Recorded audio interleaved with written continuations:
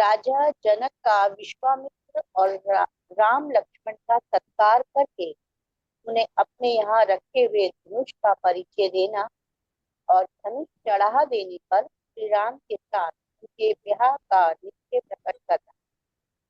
ये वाल्मीकि रामायण के बालकांड का 66वां सर्ग है। दूसरे दिन निर्मल प्रातः काल हो जाने पर धर्मात्मा राजा जनक ने अपना नित्य नियम पूरा करके श्री राम और लक्ष्मण सहित महात्मा विश्वामित्र को बुलाया और शास्त्रीय विधि के अनुसार मुनि तथा उन दोनों महामनस्वी राजकुमारों का पूजन करके इस प्रकार कहा।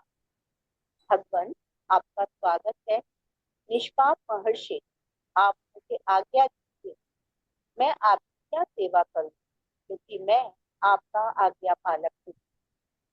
महात्मा जनक के ऐसा कहने पर बोलने में कुशल धर्मात्मा मुनि श्रेष्ठ विश्वामित्र ने उनसे ये बात कही। महाराज, राजा दशरथ के ये दोनों पुत्र विश्व विख्यात क्षत्रिय वीर हैं और आपके यहाँ जो यह श्रेष्ठ धनुष रखा है उसे देखने की इच्छा रखते हैं। आपका कल्याण हो, वह धनुष इन्हें दिखा दीजिए, इससे इनकी इच्छा पूरी हो जाएगी। फिर ये दोनों राजकुमार उस धनुष के दर्शन मात्र से संतुष्ट हो इच्छानुसार अपनी राजधानी को लौट जाएंगे। मुनि के ऐसा कहने पर राजा जनक महामुनि विश्वामित्र से बोले, मुनिवर, इस धनुष का वृत्तांत सुनिए। जिस उद्देश्य से यह धनुष यहाँ रखा गया वह सब बताता हूँ। भगवान, निमि के श्रेष्ठ पुत्र राजा देवराज के नाम से विख्यात थे। उन्हीं महात्मा के हाथ में यह धनुष धरोहर के रूप में दिया गया था। कहते हैं, पूर्व काल में दक्ष यज्ञ विध्वंस के समय परम पराक्रमी भगवान शंकर ने खेल खेल में ही रोष पूर्वक इस धनुष को उठाकर यज्ञ विध्वंस के पश्चात देवताओं से कहा, देवगण, मैं यज्ञ में भाग प्राप्त करना चाहता था, किंतु तुम लोगों ने नहीं दिया। इसलिए इस धनुष से मैं तुम सब लोगों के परम पूजनीय श्रेष्ठ अंग मस्तक काट डालूंगा। मुनि श्रेष्ठ यह सुनकर संपूर्ण देवता उदास हो गए और स्तुति के द्वारा देवादिदेव महादेव जी को प्रसन्न करने लगे। अंत में उन पर भगवान शिव प्रसन्न हो गए। प्रसन्न होकर उन्होंने उन सब महामनस्वी देवताओं को यह धनुष अर्पण कर दिया। वही यह देवादिदेव महात्मा भगवान शंकर का धनुष रत्न है, जो मेरे पूर्वज महाराज देवराज के पास सरोवर के रूप में रखा गया था। एक दिन मैं यज्ञ के लिए भूमि शोधन करते समय खेत में हल चला रहा था। उसी समय हल के अग्रभाग से जोती गई भूमि हराई या सीता से एक कन्या प्रकट हुई। सीता हल द्वारा खींची गई रेखा से उत्पन्न होने के कारण उसका नाम सीता रखा गया। पृथ्वी से प्रकट हुई वह मेरी कन्या क्रमशः बढ़कर सयानी हुई। मैंने यह निश्चय किया कि जो अपने पराक्रम से इस धनुष को चढ़ा देगा उसी के साथ मैं इसका विवाह करूंगा। इस प्रकार इसे वीर्य शुल्का पराक्रम रूप शुल्क वाली बनाकर अपने घर में रख छोड़ा है। मुनि श्रेष्ठ, भूतल से प्रकट होकर दिनों दिल पढ़ने वाली मेरी पुत्री सीता को कई राजाओं ने यहाँ आकर मांगा, परंतु भगवान, कन्या का वरण करने वाले उन सभी राजाओं को मैंने यह बता दिया कि मेरी कन्या वीर्य शुल्का है।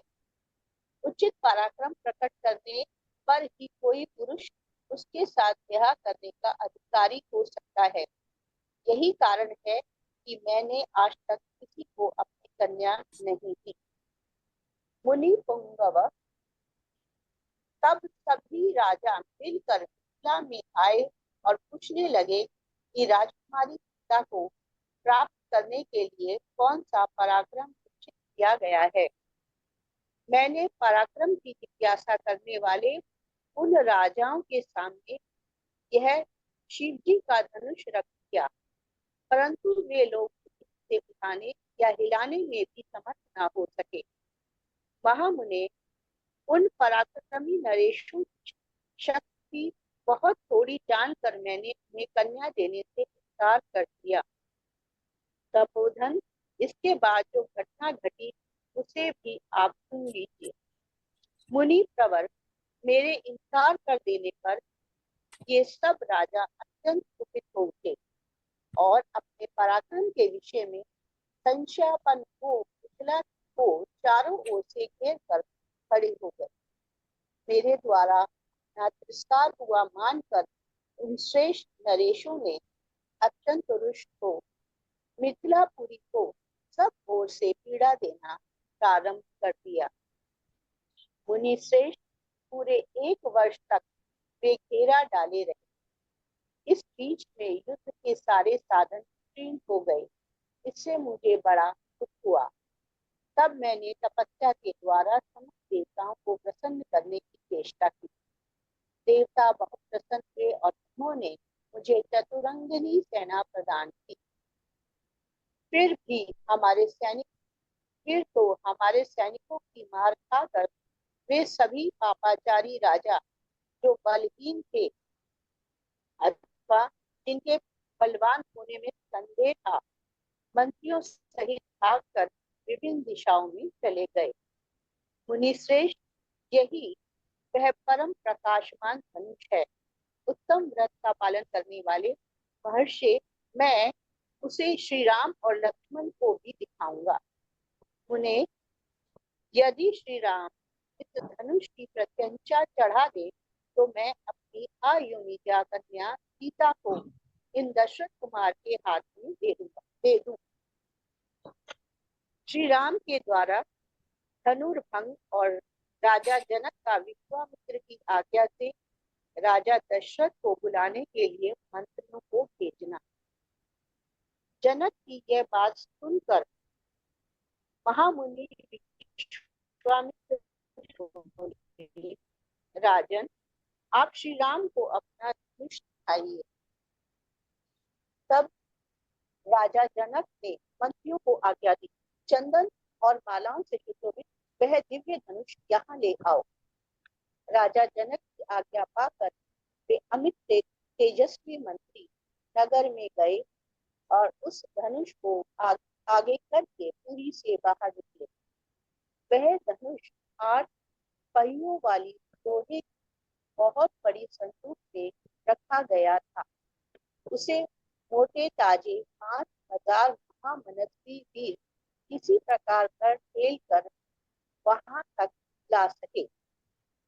लोहे की वह संदूक जिसमें धनुष रखा गया था लाकर उन मंत्रियों ने देवोपम राजा जनक से कहा, राजन, मिथिलापति राजेंद्र, ये समस्त राजाओं द्वारा सम्मानित श्रेष्ठ धनुष है।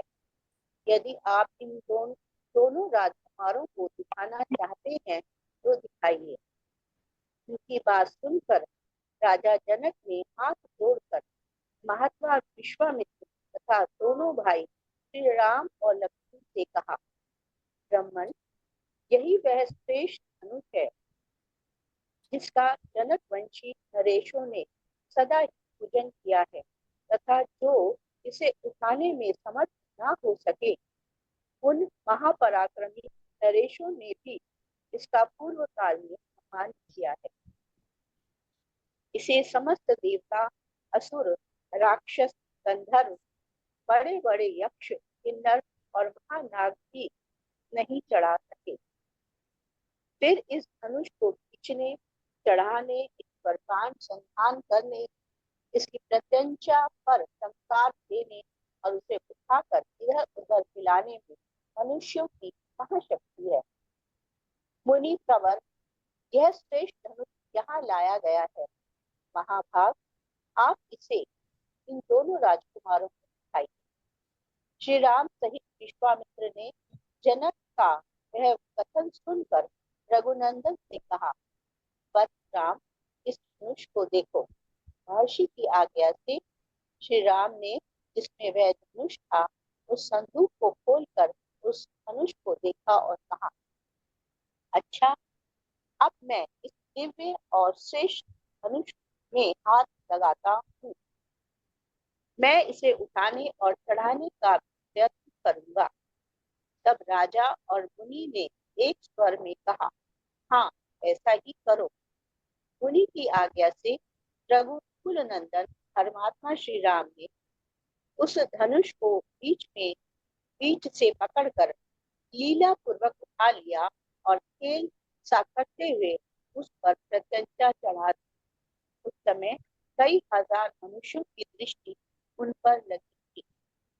प्रत्यंचा चढ़ाकर महायशस्वी नरश्रेष्ठ श्री राम ने यूं ही उस धनुष को कान तक खींचा तो भी वह बीच में से टूट गया। टूटते समय उससे वज्रपात के समान बड़ी बड़ी भारी आवाज हुई। ऐसा जान पड़ा मानो पर्वत हट गया हो। उस समय महान भूकंप आ गया। मुनिवर विश्वामित्र, राजा जनक और रघुकुल भूषण दोनों भाई श्री राम और लक्ष्मण को छोड़कर शेष जितने लोग वहां खड़े थे, वे सब धनुष टूटने से उस भयंकर चक्र से मूर्छित होकर गिर पड़े। थोड़ी देर में जब सबको चेत हुआ, तब निर्भय हुए राजा जनक ने, जो बोलने में कुशल और वाक्य के मर्म को समझने वाले थे, हाथ जोड़कर मुनिवर विश्वामित्र से कहा, भगवान, मैंने दशरथ नंदन श्री राम का पराक्रम आज आंखों से देख लिया। महादेव जी के धनुष को चढ़ाना, यह अत्यंत अद्भुत, अचिंत्य और अतर्कित घटना है।